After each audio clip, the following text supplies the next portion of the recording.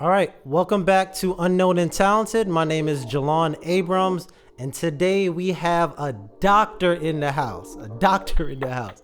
Dr. Marlon Haywood, man. How you doing today? Man, I'm doing well outside here in Chicago. Yeah, so Yes, excited. yes, yes. So I was definitely excited to get you on because Yeah. we did meet in Invest Fest, and I think it was the second day, and I just randomly saw you, and I said, you know what? Something's about this guy, and I need to talk to him. So I'm definitely happy that I was able to connect. But you do have a nonprofit called the Urban Male Yeah, I Network. actually got on the shirt right Um, now, actually. I love it. Yeah, I love it. I love it. yeah. But before we get into all of that, because that's the main thing we want to talk about that nonprofit. Okay. But since you are a doctor, I just want to know, like, when people say your name, they say just Mister. Do you correct them, like, say, hey, hold on, wait a minute, I'm a doctor. You know what? I don't actually. Okay. I never correct people. I think the thing is that I know what I've earned, what I have. Now, when I introduce myself, like let's say if I'm in a public setting or a meeting, I'll start off and I say, "Hey, my name is Dr. Marlon Haywood," and then I tell you, "Hey, you can call me Dr. Haywood, Dr. Marlon, whatever you kind of feel comfortable with. I'm cool." So as long as I feel like a person is not trying to come off and be disrespectful towards me, then that's the difference. I'm okay with it. Gotcha. I love it. I just remember back in college, man. You call a professor, you call a doctor professor, something like that. They going off on you. Right. I understand. Yeah, yeah. All right, but I'm gonna let you introduce yourself because we do have your nonprofit. So introduce who you are, where you at, and also your nonprofit. Sure. So Dr. Marlon Haywood, located here in Chicago, Illinois, CEO, founder for Urban Male Network. So I run a male mentorship organization. So that's the shirt that I have on right now, or the hoodie. This is our logo, our brand. Started it 10 years ago when I was fresh out of grad school, and it has grown, right? So what we service right now, close to about 250 young men in the Chicagoland area, and we're at about 11 locations, south, west side, and in the south suburban area. So, it's just something that I'm just excited about, just to see we have been able to really build some strong partnerships and just continue to make impact. Yeah. Okay, I like that. Okay, so what made you want to start that nonprofit? So I grew up in a neighborhood in Chicago called Inglewood, which is on the south side of Chicago. So it's an underserved community. So I didn't really see, many positive male role models where I grew up at. And then when I went off to college, I joined this organization called Black Male Initiative my freshman year. So I was a part of that organization literally all the way from my freshman year until my senior year in college. And the whole focus was on making sure that black men graduate from college. And so while I was a part of that organization, we would actually go to local elementary school, high school, mentoring, kids in the community. And so that's what developed my passion to kind of really start doing the work that I did when I started with that group as a freshman in college called Black Male. Okay. Okay, but I did see that that your nonprofit is more for the younger kids. 'Cause I know you said what you were into is for people that's helping black men. Was it black men or just black people in general? Black men. So it's black Black male. men. Okay. So it's black male. Black male association. Yeah, I'm sorry. yeah. I'm Black sorry. Male Initiative is what the organization called for the group that I was a part of at NIU, Northern Illinois. Okay, gotcha. Yeah. Okay, so the Urban Male Network, what age group are you pretty much focusing on? We start at the age of 13, but we work with young Okay. men all the way up into the ages of 25. So Okay. we start with them while they're in grammar school, while they're in high school, and then we still have young men that we work with in our program that are in college, trade school, working, or that we hire like for the work for us over the summer. So we work with them in just various capacities, right? So for some young men, it may be say, hey, I need help looking at, I'm trying to major. I don't know what I want to major in. I don't know what I want to do with my life. How can you help us or help me? And so that's kind of what we do. We're just trying to help guide them in like various areas of their life and to kind of help them make better decisions, right? So we're here to be a support, a community, a network. So that's one of the name Urban Male Network comes from, because I tell the guys that I work with all the time is that your network is equal to your net worth. So as you begin to expand your net worth, then now you can begin to expand your net worth. Okay, I love it. I love it, and you're absolutely right about that. Um, But starting a nonprofit, what does that process look like? You know what? It's interesting that you say that. I'm actually in the process of, I started doing some trainings or workshops to where showing other people how to start a nonprofit, and in the process of creating like an e-course to show people how to, start a nonprofit, like from building a foundation until to the point to where you're now writing grants, getting government certified, getting partnerships. So the process actually, I tell people all the time, sometimes it's just starting to do the work, right? Everybody always say, hey, I don't know where I'm gonna get the funding from. Like when I first started off, I didn't have an organization, I didn't have a name for it. I just had a vision to make a difference in the lives of young men, right? So I was spending my own money, meeting up with them, taking them out to eat for pizza. Then right after, we'd do some sports, whether it was basketball, flag football, or do some gaming.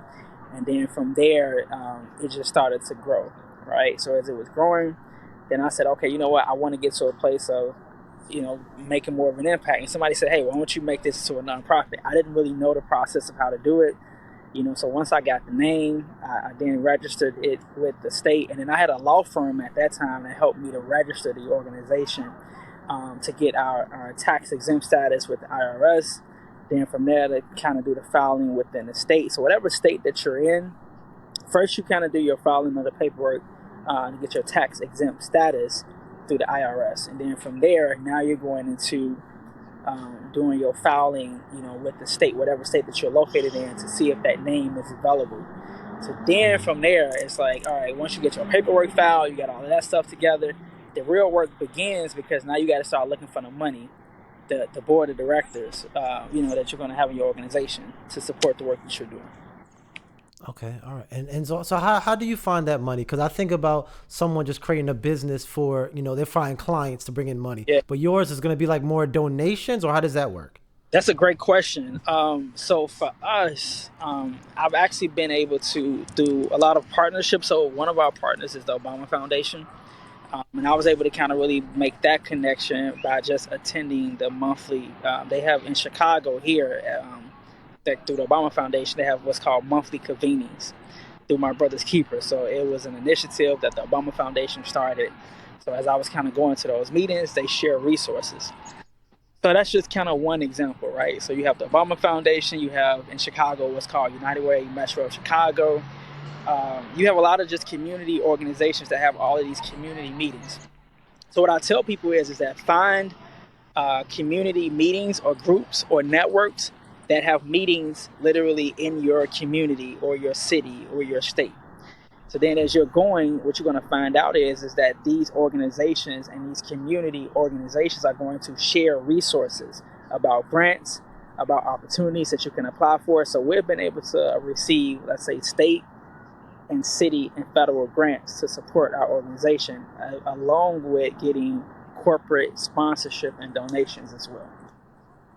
Wow. So you're right about that. You basically said your network is your net worth, and that's exactly what you're Yeah, doing. and That's cool. literally all of the connections that I've been able to make. So like from the Obama Foundation, starting off with that, I met that gentleman just doing community work, volunteering, mentoring, and so he was mentoring and doing work at another school.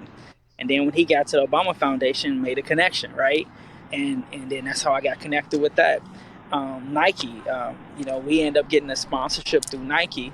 I ended up finding out just, through Nike is because a gentleman that I went to college with was working at a Nike store. He said, hey, here's, they have grant opportunities at our stores. You should look into it. You should apply for it. And end up applying for it. We ended up getting sponsored by Nike, last summer. So it's just a lot of the opportunities that I've been able to get for our organization is because of the people that I connected with. And I've been able to connect with them through the work that I've been doing through the community. So for example, we was able to acquire free land in Wow. Chicago. So we end up transforming that land into where I end up writing a grant for it, to where it's now like a basketball court. We got a gaming trailer on it. So we've done all of that. So I wrote the grant to transform the land, but I got the land free from Cook County Land Bank. Now I ended up getting the free land through the Cook County Land Bank that's located in the Chicago, state of Illinois area. It's because I was involved in an organization called RAGE, Resident Association of Inglewood, where the Cook County Land Bank built the relationship with Teamwork Inglewood. Teamwork Inglewood then said, hey, we're going to connect individuals from the community, businesses, and then connect them to Cook County Land Bank for the free land that's on their particular block that they live on or grew up on. That's how I ended up kind of getting that piece of land. Then from there, once I built that relationship through the Cook County Land Bank, through that organization, I ended up then learning the process how to apply for properties at a discounted rate. So then I purchased a 3,400 square foot building for a very reasonable price from the Cook County Land Bank because I built that relationship with them when I got the free land from the connection of the organization called Rage.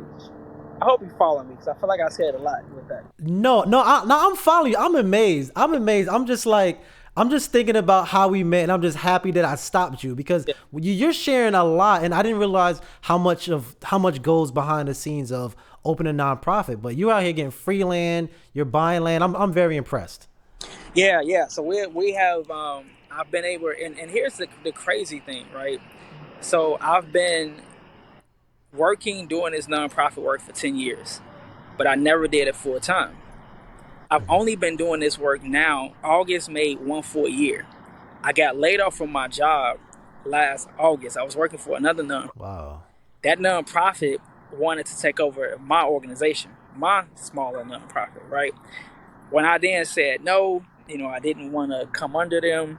Then next thing you know, a couple of months after that, I ended up getting let go, right? So I'm assuming it probably was because, hey, I said I didn't want to bring my organization under them. But it ended up being a blessing for me because then I went harder. Like I took all of those connections and everything that I had made, and I brought all of those resources to my own organization. I really didn't have experience writing grants.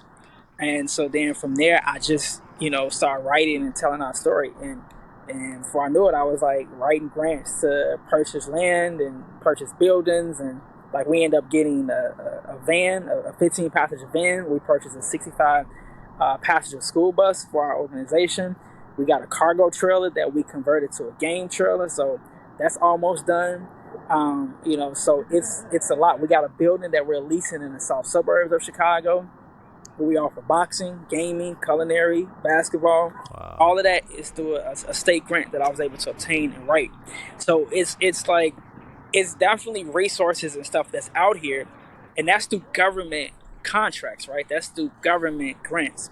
That's been the majority of our funding has come through government grants.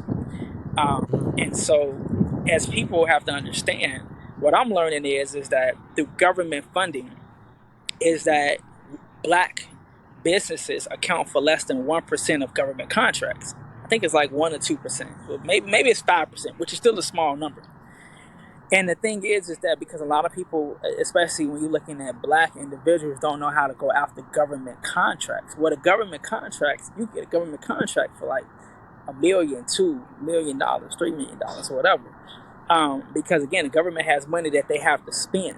They have to put it out there. They got to put it out there, and there are certain requirements that they got to meet when it comes to like giving it to a certain number of minority businesses, women-led businesses. So we have to make sure as minority businesses owners, whether it's a nonprofit, whether it's a for-profit entity, that you have your business in order, right, to be qualified to then go after these contracts and these grants. And so for me, go ahead. Yeah, question on that. So what do I have to do to become qualified? So I just started, not for me, this is speaking as the audience. Okay. Yeah. So I just started my nonprofit. What do I have to have in place to start getting that funding? So it's something called GATA certified.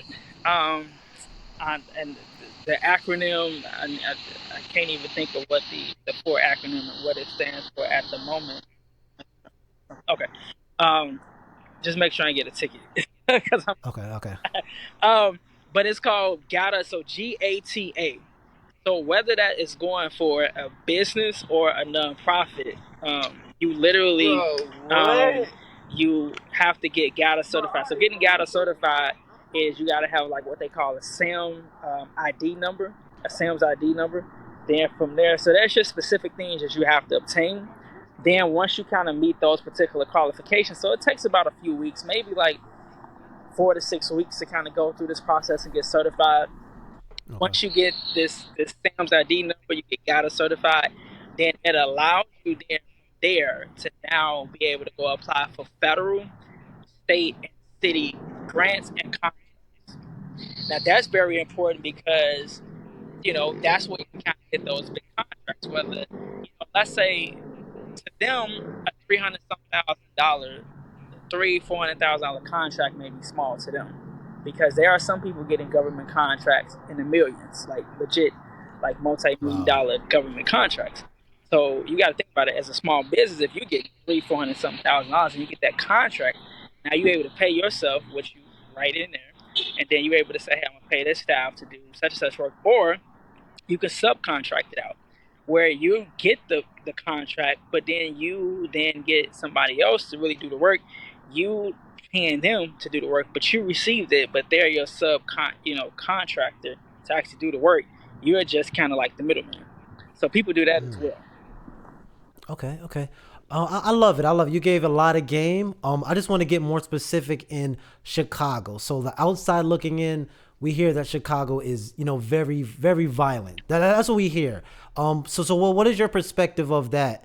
Living in Chicago. You know what? That's okay. So I'm outside right now, right? I'm inside Yeah, like the West Loop. So here's this. I mean, you see this? It yeah. looks like it's crazy right now, and it's No, it doesn't. like No. literally. As you can see, I'm outside in Chicago right now. So I'm in what's called like the near West Side. It's like the UIC area, so it's the University of Illinois Chicago campus. So they have a lot of restaurants, a lot of bars, college students over this way. But all of Chicago is not bad. I understand. I think when people see the news, but the reality is that crime is up across the country, whether that's in New York, Atlanta, Houston, LA, um, even down at, going into Memphis, St. Louis. It's up in all major cities. I think after the pandemic, right, like it has caused just crime to go up. Yes, Chicago has crime, but there's a lot of beautiful things that Chicago has to offer, right? I just think that the crime is no different than what's happening in any other major city. It's just that a light is more shined on the city of Chicago, and then everybody wants to kind of magnify it to that next level. So yes, there's violence. Yes, there are things that happen, but it's not an everyday occurrence. As you can see, where I'm outside and where I'm like, oh my God, I'm worried for my life that something's going to Yeah. happen. The news will try to make you feel that way when that's not necessarily the case. Okay, okay, that's good. Okay, so I have another question. So how do you actually get your kids? Because me growing up, I was more on being by myself. I ended up joining a hundred. I don't know if you ever heard of 100 Black Men. Yeah, 100 Black Men Yeah, organization. yeah. So I was actually joined them. But pretty much just some word of mouth. So how do you get your kids? 'Cause especially with social media and everything, people just want to stay by themselves and hang out with their friends. How do you end up bringing them to your organization? So one of the ways that we actually get our young men is we are located within the schools. That's one way, right? So we have our sessions happen like during the school day, and then we do after school programming. So during the summer, like this past summer, we did everything was free. We took the young men camping. We took them to Sky Zone, what's called Six Flags Great America. We did what else did we do? We we took them bowling. I mean, we did something like new, different every weekend. So what happened is that as we had these different young men that was signed up, they was like, my friend want to be a part of this program, and they want to learn and be a part of it. And can they come? And I'm like, sure, they can come. So it was like word of mouth. And then you got the boys that's already been a part of the program. They recruit their younger brothers, cousins, friends. And so that's, because again, we're offering where we don't charge them nothing. And we have an opportunity where we expose them to a lot of great opportunities. We take them to different events. We take them on college tours. They don't have to pay for any of this stuff. Um, so obviously they see the benefit, and then from there they like, oh man, I gotta tell my friend, I gotta tell my buddy about this, and then that's what ends up happening from there. Okay, I love that. That's amazing, man. And you said you got about 200 or 250 kids. Yeah, we between all of the locations and the sites, we service. over about 250 with the youth that we've hired from the summer through our summer program, through the young men who are signed up at our various sites that we offer mentorship. I mean, like at one school, I want to say I think we got about 45, 50 young men signed up. Wow. The average group size the young men we got signed up is like 23 to 25. So, Yeah. those numbers began to add up quickly when you add them up, that this is who we work, meeting with on a weekly basis, and we're doing these mentorship sessions with them. Okay, so and how did you build out your team? Because you're saying we, so it's not you go to each every site. So how did you It's build that not team just out? me. Yeah, I got other guys. So I did start it with some other guys that I pretty much went to college with. That's kind of how I started it originally, and then from there it's just been growing. But yeah, there are other guys who work with me that go into the schools that facilitate mentorship sessions, that serve as mentors, chaperones, all of that. So yeah. Okay, okay, no, I love it. So but how do you balance your personal time and Urban Male Network? Because even today you said you're super busy, and I know helping these kids is something that you really want to do. But how do you balance that and your regular life? I'm still trying to be honest with you, I'm still trying to find that balance right now, because it has been really busy. And when you work for yourself, like for me, it's like my every day is always like I feel like I'm always working. People gonna call you whether it's a Sunday, a Saturday. Like I just got a call right before this, from a mentee or a staff member. So it's like you kind of always working doing something. So I am in the process of trying to find that balance and make sure that I take rest, because it is important, right? We have to learn how to take care of ourselves to where we're not necessarily always running. I look at it like the airplane analogy, where they say, hey, if there's turbulence or if an issue where a plane is about to go down, they always tell you put the mask on yourself first before you try to put it on the kids. Well, that's the same thing, right? Like you have to get to a place of learning how to take care of you before you can then take care of somebody else. So that's something I'm trying to practice and do more myself. Okay, and I believe you'll get there. I just definitely understand because when you have a mindset and you want to keep building, Yeah. you're gonna keep going after it. You don't want to take that break because you feel like you're gonna fall off. But I feel like you definitely gonna get that balance and also having help as well. Since you're not doing it by yourself, I think you're gonna be able to find that.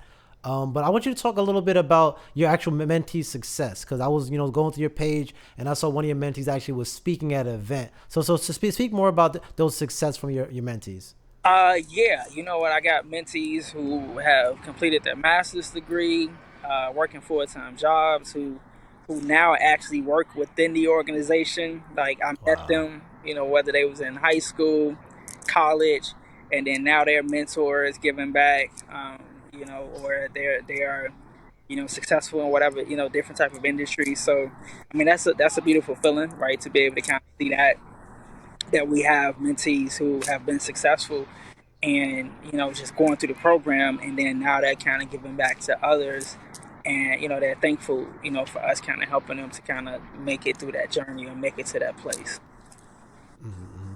I know that gotta be an amazing feeling, man. Cause I just like I saw it was an event. It wasn't like a small event too. It was a lot of people in that crowd.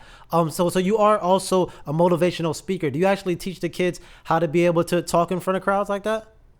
I try, but everybody don't necessarily like want to to some people really have a big fear of speaking in front of large crowds. Like that's just a big fear for them. But I do try to get them comfortable with speaking, just to increase their communication skills. People ask me all the time, like, how do you kind of get to a place that that you don't, feel nervous, or if you're speaking, like, because I've spoken in front of crowds of 1,000 plus, when it comes to, doing motivational speaking. And then people are like, how do you not be nervous? And I said, I just talk to people as though they're in the living room with me, like we're having a conversation. Like I make people feel when I'm talking to them or I'm doing motivational speaking, like we're having a casual, at home, at the barbecue conversation. How you doing? So like that's something that is like when you're doing speaking, you want to make people like you're just not reading off a prompt or you're not reading off a piece of paper. Like that's something I try to always keep in mind for people. Okay, I love it. For me, I'm the complete opposite. I'm definitely nervous to talk in front of talking to people. Like I can see one on one, I'm good. Podcast, safely at my home by camera, I'm good. In front of a bunch of people, listen, I'm stuttering, I'm shaking, but I definitely want to. I definitely want to get there. Do you have any tips for that though? Yeah, I would say practice makes perfect, right? Is that the more you practice it, and you gotta look at it too. It's like go into it, and like with the mindset of like, all right, especially if they didn't pay you. Like when I started to do it, when I started doing motivation speaking, I was not getting paid. Like nobody was paying me. I just got invited to do it. So the mindset that I had is like, well, they didn't pay me anyway, right? So Yeah, it's like, yeah. so with that, it's just you know go in, really put your points together. I always have three. So what I do is that I love to have 3, 5, or 7 points. That's when I'm speaking. Hit those points and sit down. And when I say like you got 3, 5, or 7, so if you're saying, hey, my first point is always remember to set goals in your life. Well, then from there, you gave them that first point. Always remember to set goals. All right. So then after you, let's say you just gave them that point, and then you can elaborate on what you mean about, giving them that explanation, or you can go into saying like giving them your own personal testimony, a story about how you set a goal in your life, and then how maybe you failed at something, but then you end up being successful at it.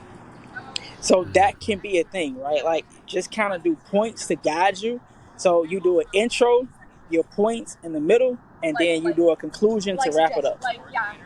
Okay, Simple. I like that. So if you think of I'm it gonna that definitely way, it practice. makes it simple, right? Like intro, Yeah. 3, 5, 7 points, and then your wrap up conclusion. That's it. And then what you Okay. do in between. So if you notice, I don't know if you had a chance to look at any one of my videos, but like the one when I think it's highlighted on my Instagram story. But I literally was like I used music, and I did the introduction of music to open up the background and make them feel comfortable, to make it relatable. Then after I used the music and had them really engaged, and then I hit them with my 5 points. And then then after I hit them with my 5 points, I kind of told a personal story here or there, and then I wrapped it up with a conclusion, and they loved it. Okay. Okay. That's cool. I'm definitely do some practice. 'Cause I'll definitely want to do that one day. Like I said, it is safe being in front of this camera, Yeah, but you got to get out your comfort zone one day, yeah. right? So we did meet at Invest Fest. What was your goal going there? Because my goal was to talk to a bunch of random people, like I did, to get you on my show. But what was your goal for Invest Fest? My goal was to literally increase my network, so I can increase my net worth. Yeah. So, I mean, literally, that I went there with the whole goal in mind about how can I increase my network. So I really Okay. was And did you? there connecting with people. I did. I connected with a lot of great people. I actually just had a meeting with 2 gentlemen that I met at InvestFest that started a ticket resale business when they was at Hampton College. So really Wow. cool brothers. Really liked the vibe that they was giving off. So I'm looking to possibly partner with them, with that business. So that started from just a connection and conversation at InvestFest. Met, really, I met another gentleman that helps with people kind of increase their finances, get invested into the stock market. I signed up for that. So that's something I Okay. started to do since InvestFest. I connected with another gentleman who does logistics and buy and sell logistic trade routes. No, he buys the logistic routes for truck drivers, right? So people who drive in trucks and the logistic routes. So I'm planning to kind of really learn more about that. And then it began to change my mindset about how I've been putting out this content, right? Like I have all of this knowledge. So you know how we were just talking, and then I was just telling you about, how to get in, start a nonprofit, how you can go get government certified, how you can go out here and get grants. And people was like, man, I didn't know this. Do you have a podcast? Do you have a YouTube channel? And so I went to one session where the guy said that we're moving towards a subscription-based model, to where, YouTube, or not YouTube, but Hulu, Disney, Netflix, all of them, you subscribe to their content, then why is it that we can't do peer-to-peer subscription, right? Where you can't have people subscribe to the knowledge that you're giving out or the content that you're putting out there. That really began to change my whole mindset of like, let me begin to put together a platform that I can get people to subscribe to my content. So, so that's something since InvestFest that I've been working on, like an e-course, e-book, an e-guide that, literally I put out stuff out there for free, but then I have stuff that, will be paid content as well. So I'll be dropping some gems, dropping knowledge, of course, monthly for free to people, but I also give stuff that where people can subscribe to the content that I put out there. Gotcha. And is that available now, or is that's still in the works? It's still in the works. I wish it was. Okay. I could have said, check this out, but yeah. It's not available right now. It's coming. No, it's fine because I'm not gonna drop this right away. So when I do drop it, just give me it. Well, actually, this is what you do. When it's finished, let me know that I can drop the episode dead. Okay. All right. Cool. All right. Cool. All right. Bet. And in conclusion, I did see that. Go ahead. So I did see that you. Somebody asked me did I order DoorDash. See, when you outside, that's what happens. Okay. All right. So one more thing, I did see you actually met Barack Obama. How was that experience? You know what? I've met him more than once. Actually, I've met him quite a few times. Oh wow. Yeah. So that is something that is how he is on TV is exactly like he's a thin guy, tall. Got some height on him, and just really cool, laid back. He's like, "Hey, how you doing?" I'm Barack. Yeah. And I was like, man, I thank you for your support of my organization. I truly appreciate it. And he was like, oh, no problem. Let's take this picture. How he be talking. I was like, all right. But it's cool because how a lot of times other people, when they get it's not many people that can say they got a picture with just, President Barack, just them together. So I was able to actually be in a space where it was just him and I. Where he hosted like a dinner, like a fundraiser dinner in Chicago. And then we had an opportunity to where he surprised a young man in our organization as well, to where he came to speak at like a youth panel discussion. So they had a chance to like interact and talk with him. So it's definitely been, really cool that I've had that opportunity to be in that space that a lot of people can't say that they have been in, right? To meet, President Barack Obama, to talk with him, to shake his hand, and to get my own personal picture, that is, hey, this is my one-on-one picture with him. So, which has been really cool. So tell everybody where to find you. Got it. Okay. All right. So I'm Dr. Haywood, Dr. Marlon Haywood. You can find me on IG, Instagram, Haywood M1, HAYWOOD M1, or you can find me on LinkedIn if you just type in Dr. Marlon Haywood. I'm sure I should come up. Or you can check out our website, www.urbanmailnetwork.org. Would love to connect with you if you have any more questions about just the work that we're doing and the impact that we're making in the community, or just how you can start your own nonprofit organization. Love to connect with people. Perfect. Thanks again for joining. Jelan Abrams, Dr. Haywood. See y'all next week. See you next week. Okay.